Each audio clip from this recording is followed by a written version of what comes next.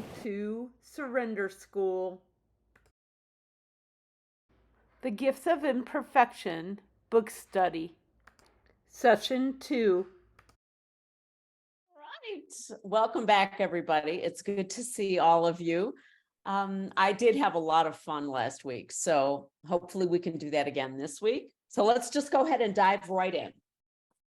Now, I do have updated page numbers for this week. So I will be giving the old page number first and then the new page number in the latest edition.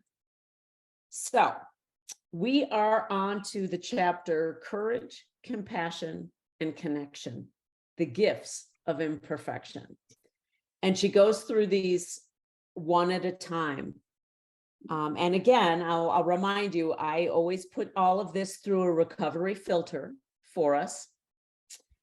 And we'll dive right in. First line of the first page of the chapter.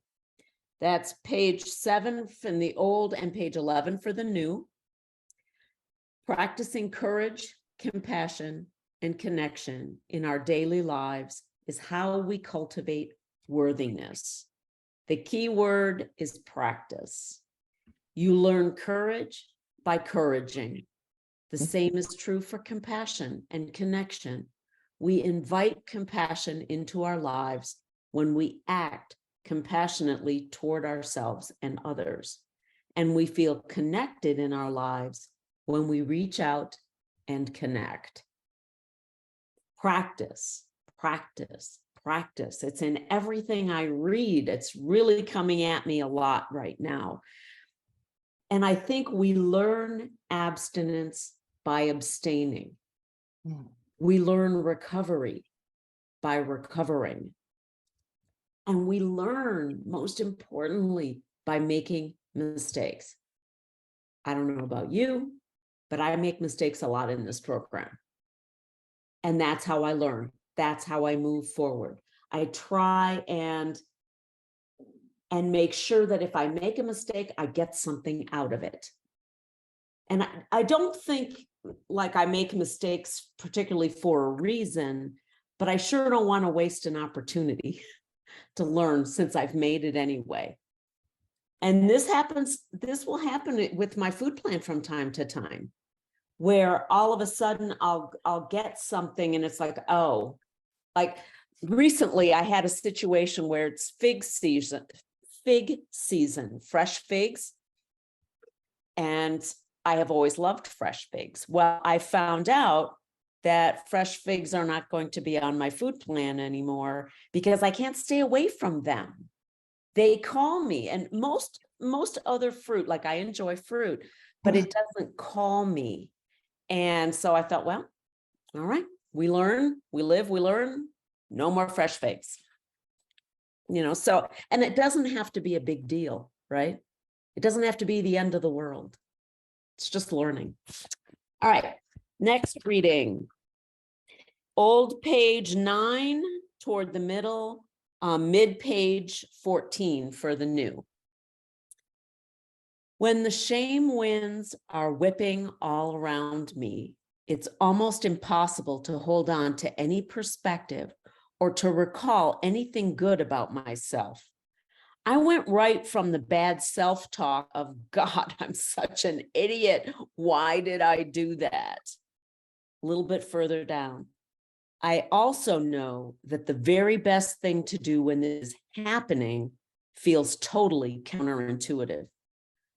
Practice courage and reach out. We have to own our story and share it with someone who has earned the right to hear it. Someone whom we can count on to respond with compassion. We need courage, compassion, and connection ASAP. And I think this is what we do all the time in program. It takes courage to ask someone to sponsor us. It takes courage to say, yes, I'll sponsor you.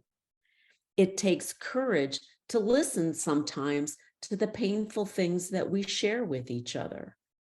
It can be really painful to listen to someone who is in relapse, but that connection can help bring that person out of a relapse. Then next,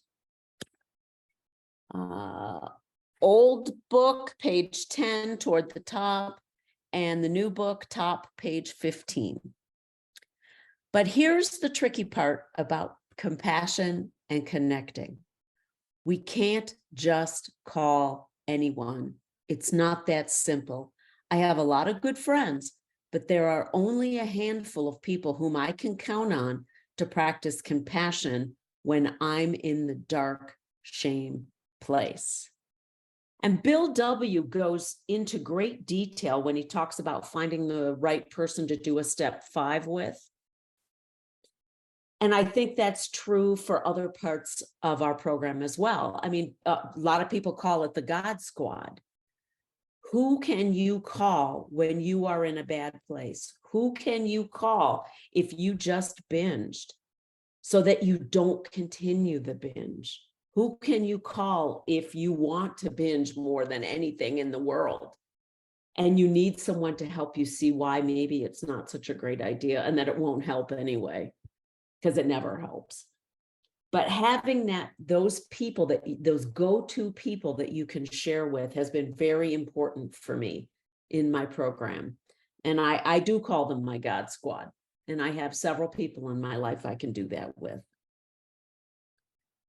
The next part that I want to read, it's actually a little different in the new edition. She expanded it a bit, but I don't want to take more time because I'm talking a lot. So I'm just going to go with the old book, but the old book is further down on page 10. The new book is page 15 through 17.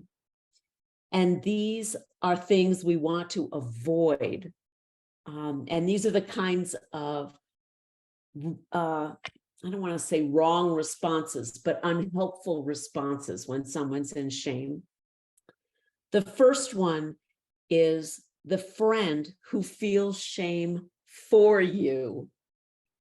Then you have to make her feel better. I know so, and I've been that kind of person before, so I try and avoid that when I'm listening. Then there's the friend who responds with sympathy rather than empathy. And I thought her distinction between those two was really important. Sympathy, I feel so sorry for you, rather than empathy. I get it. I feel with you. There's a pity factor in there that is incredibly unhelpful when you're listening to someone who's in a shameful place. They don't need pity. They need connection. They need to know that they're not alone in this kind of stuff. And sympathy, I feel so sorry for you, is almost like a put down, or at least it feels that way to me. The next unhelpful response is the friend who needs you to be the pillar of worthiness and authenticity. And because you're in this shameful place, you've let her down. Also, very not helpful, very not helpful. And that's why I think it's really unfortunate in our program when we make people into gurus, because they can no longer be authentic. They can no longer, make a mistake. They can no longer fall flat on their faces. And I think that is a very toxic thing to do to people in our program. The next unhelpful friend is the friend who is so uncomfortable with vulnerability that she scolds you, or she looks for someone else to blame. And I have to admit that this has probably been my go-to when I'm listening to something very difficult from someone. That person was such a, jerk for doing that to you. And I get righteously indignant for people. That's not useful either. It again makes it an us versus them scenario. And it's not a true connection. It's not a true connection. The next one is the friend who is all about making it better. I do this too, fixing, Mighty Mouse to save the day. I'm going to come in and rescue you from this shame. I'm going to fix whatever you feel shameful about. And that is not useful when someone is in the shame place, because when you're running in and you're fixing it, you're stealing their ability to feel it and learn from it. And also there's let me fix what you did wrong kind of feel to it. And that's the last thing a person in shame needs to feel. And then the last one in the old section, I think she has like something like 8 or 10 of them in the new version. But in the old version, it's the friend who confuses connection with the opportunity to one-up you. You think that's bad. You wouldn't believe what my mother did to me. And that also is, it's belittling that person's experience. It's making it be not so bad. You're overreacting is the implied thought behind that kind of statement.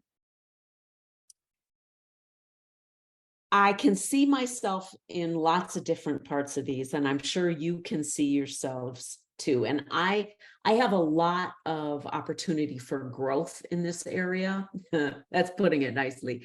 And it really comes up in sponsorship relationships. And we really have to be very aware, particularly when we're doing a fifth step, that we don't fall into this kind of way of reacting when someone is sharing something really painful. All right, old book is page 11, a little bit further down. New book is mid-page 18. And that is, when we're looking for compassion, we need someone who is deeply rooted, able to bend, and most of all, we need someone who embraces us for our strengths and struggles. We need to honor our struggle by sharing it with someone who has earned the right to hear it. When we're looking for compassion, it's about connecting with the right person at the right time about the right issue. And I like that she says we share with people who have earned it, the right to hear us.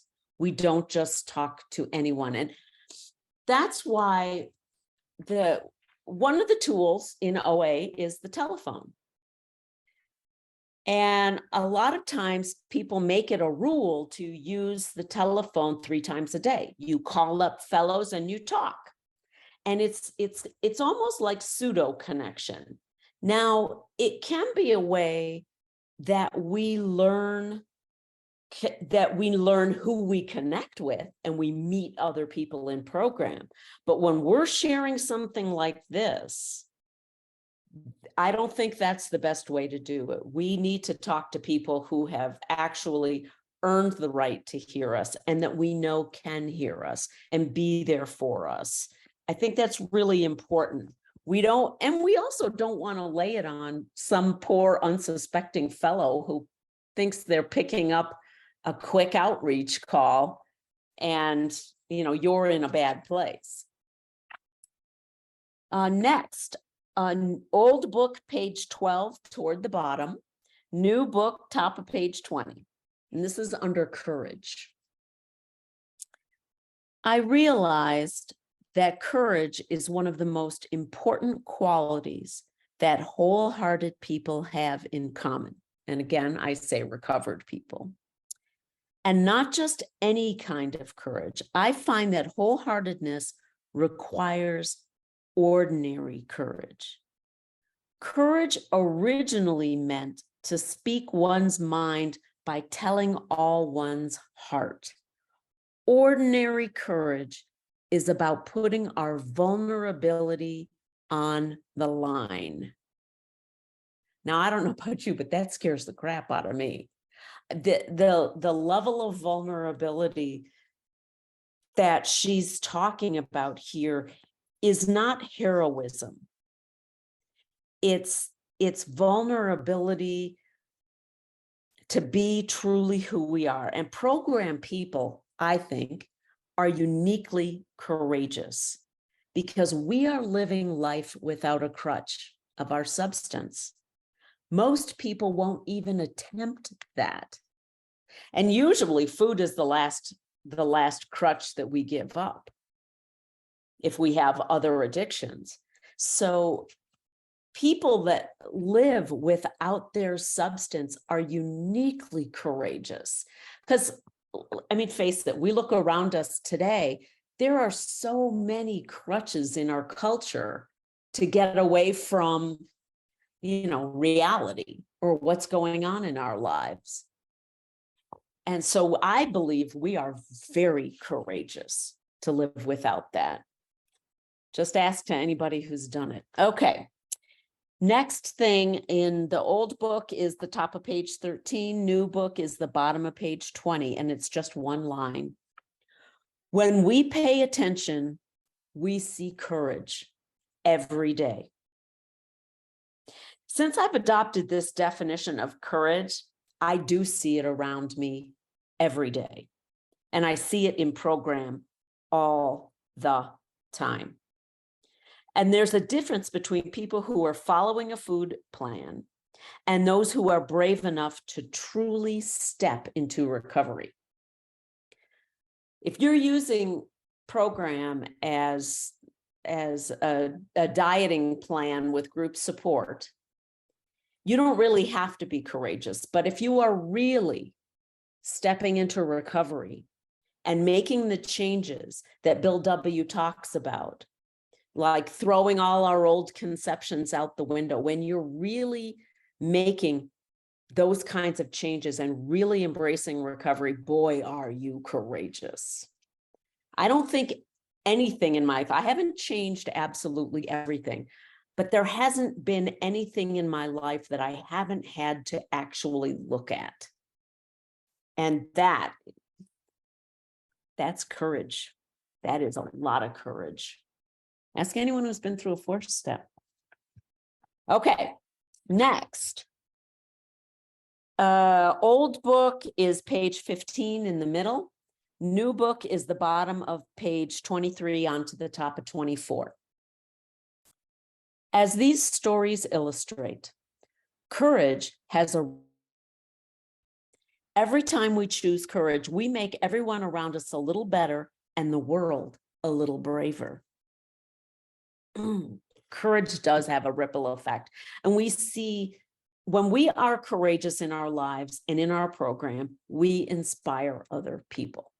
That's just bottom line. That's the whole premise behind we are a program of attraction, not promotion.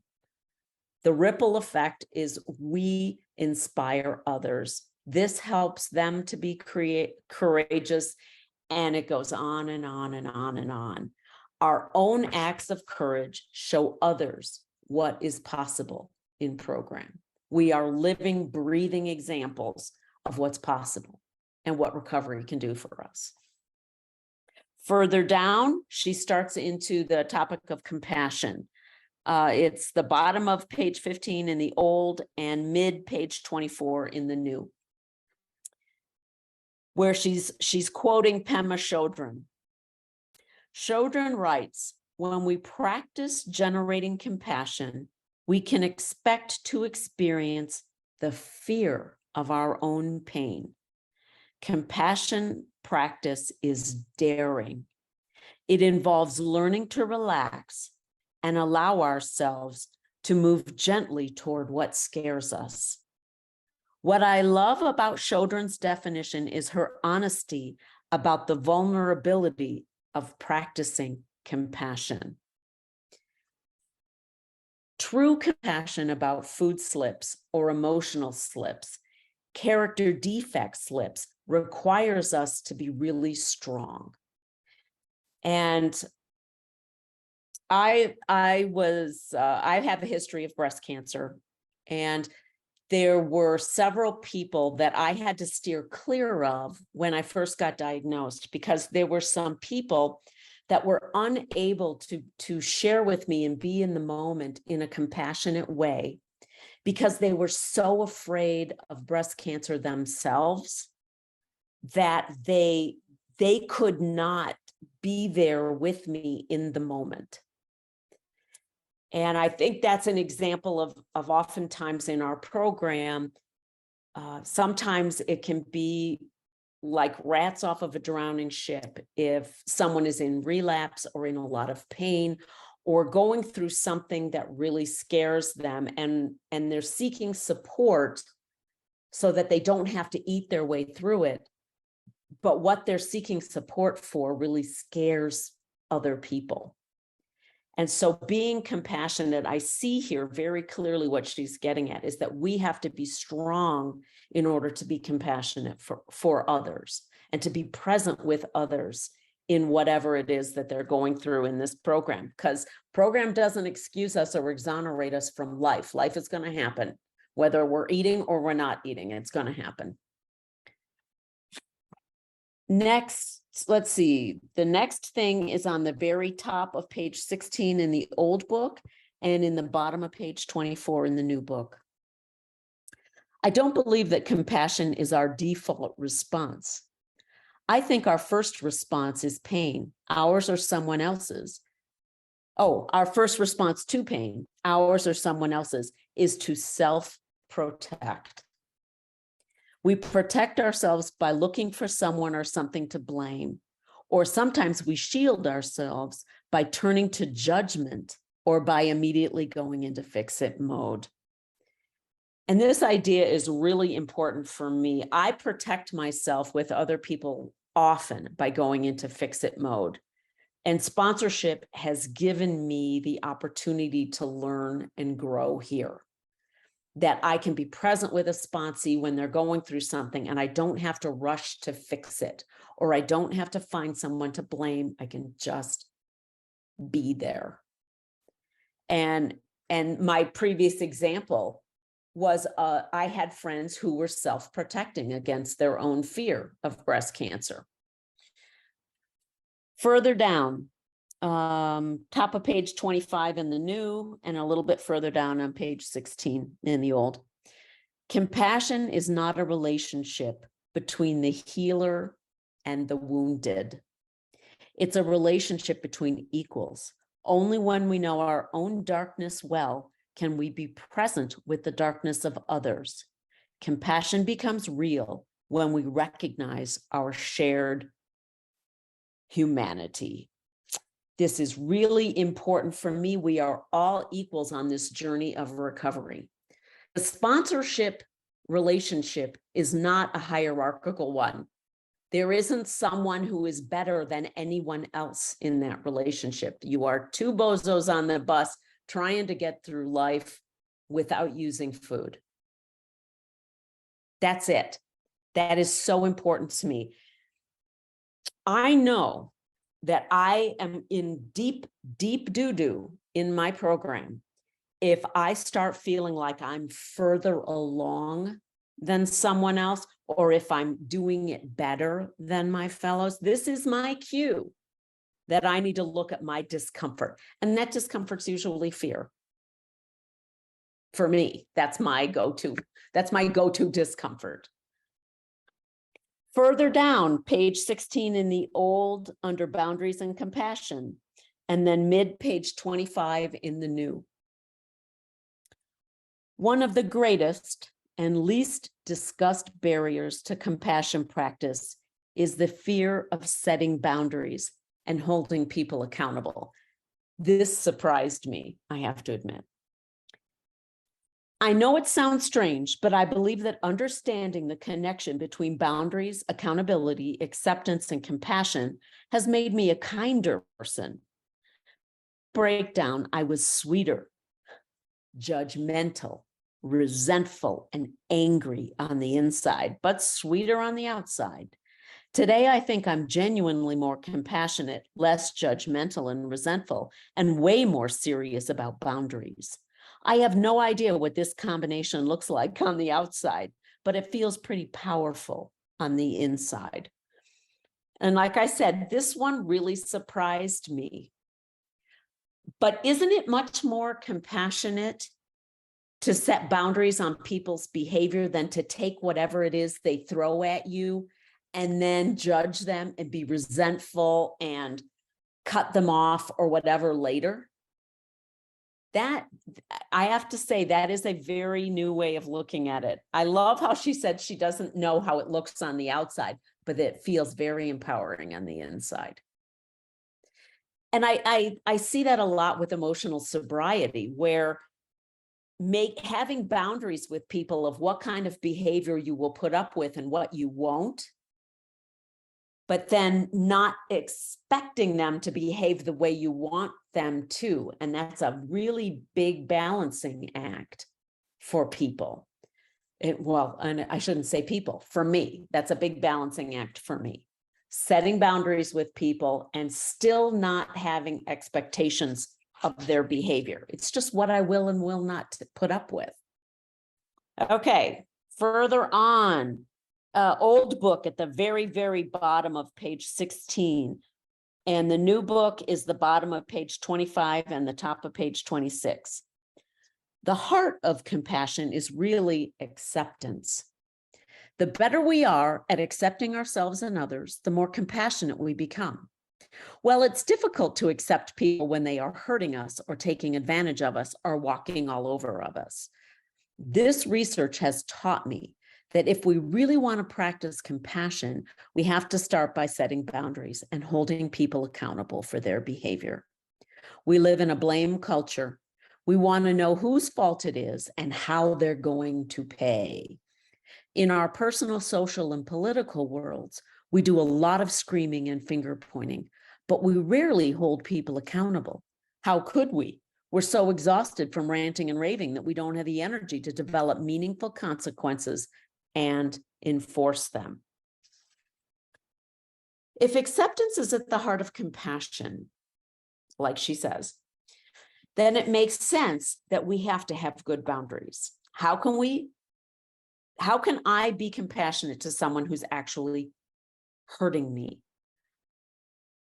I have a spiritual practice where I try and find a kernel of compassion for someone or something that I find despicable, like some kind of prejudice or something. And I practice separating the behavior of that person from them as a fellow human being. And so my acceptance of that awful behavior does not mean that I condone it, and does not mean that I don't do something to change it in the greater society or whatever. But I cannot find compassion for that person doing that nasty thing unless I can accept that they're doing it. And once I accept that they're doing it, then I work with my higher power in my meditation practice to find that kernel of compassion. And typically, that kernel of compassion stems from the fact that people who do those terrible things are often very, very frightened. And so if I can accept it, I can move into my spiritual practice of finding compassion for the person's fear. I may not like what they're doing, and what they're doing will have consequences, but I can have compassion for their fear. And that, to me, that is a graduate level course in compassion. And I learned that in this program through steps 10, 11, and 12. That's where I learned that practice. Brilliant program. This is a brilliant program. Okay.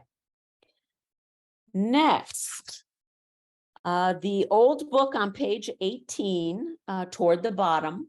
New book is the top of page 28. It says, we can be compassionate and accepting while we hold people accountable for their behaviors.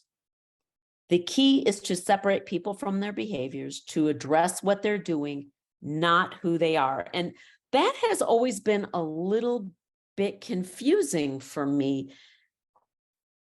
that I make, but I know from myself, like the crappy behavior I engaged in that came up in my step 4 wasn't the total essence of who I was. It was the result of my disease. And I need to find that compassion for others who are behaving badly. It's not totally who they are. It's part of who they are. My disease and my bad behavior was part of who I was, but it wasn't all of me. And I try and remember that whenever I'm confronted with somebody behaving really badly, like someone bullying someone or something. Bottom or top of page 19 in the old book, bottom of page 28 in the new book. When we talk ourselves into disliking someone so we're more comfortable holding them accountable, we're priming ourselves for the shame and blame game. This to me is really powerful. I love this line. It's also impossible to practice compassion from a place of resentment. So she goes on to say, when we fail to set boundaries and hold people accountable, we feel used and mistreated. This is why we sometimes attack who they are, which is far more hurtful than addressing a behavior or a choice. For our own sake, we need to understand that it's dangerous to our relationships and our well-being to get mired in shame and blame, or to be full of self-righteous anger, the dubious luxury of normal men. It is also impossible to practice compassion from a place of resentment. If we're going to practice acceptance and compassion, we need boundaries and accountability. So a lot of times, I always come back to the whole notion about it when I find myself in that place of resentment or find myself shaming and blaming.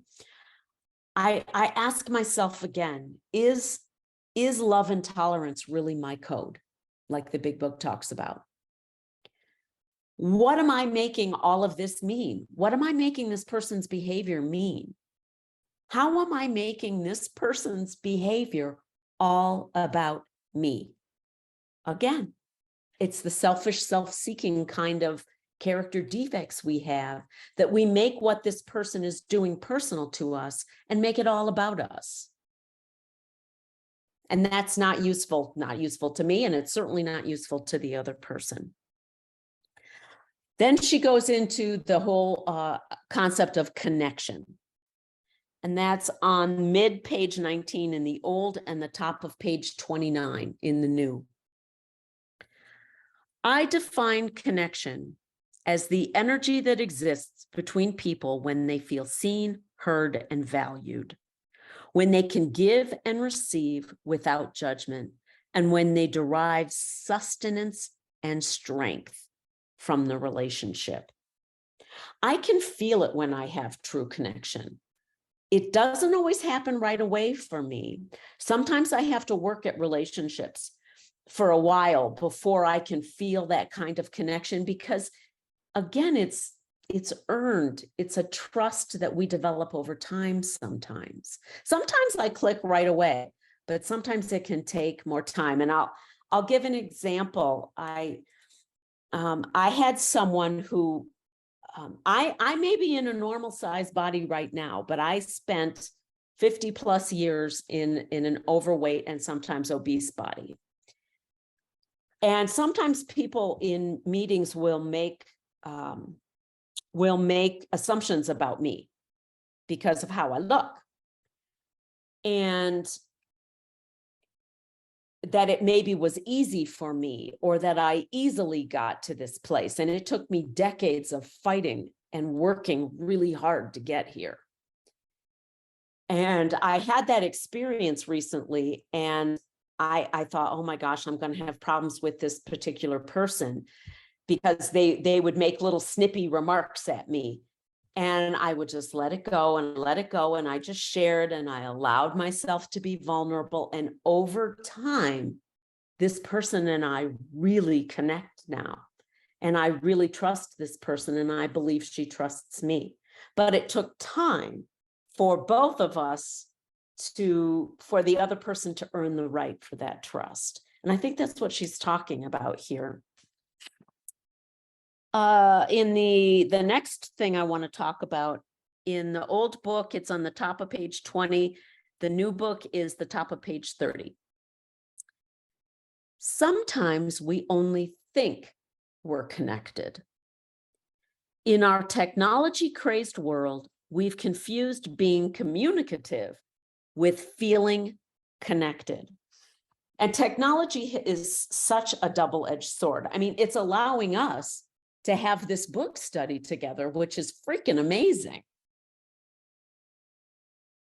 But sometimes I can get lost in tech and I can wind up feeling isolated. And I think this can happen in some of the larger Zoom OA meetings, you know, some of the Zoom meetings that have like 100 or 200 people on it.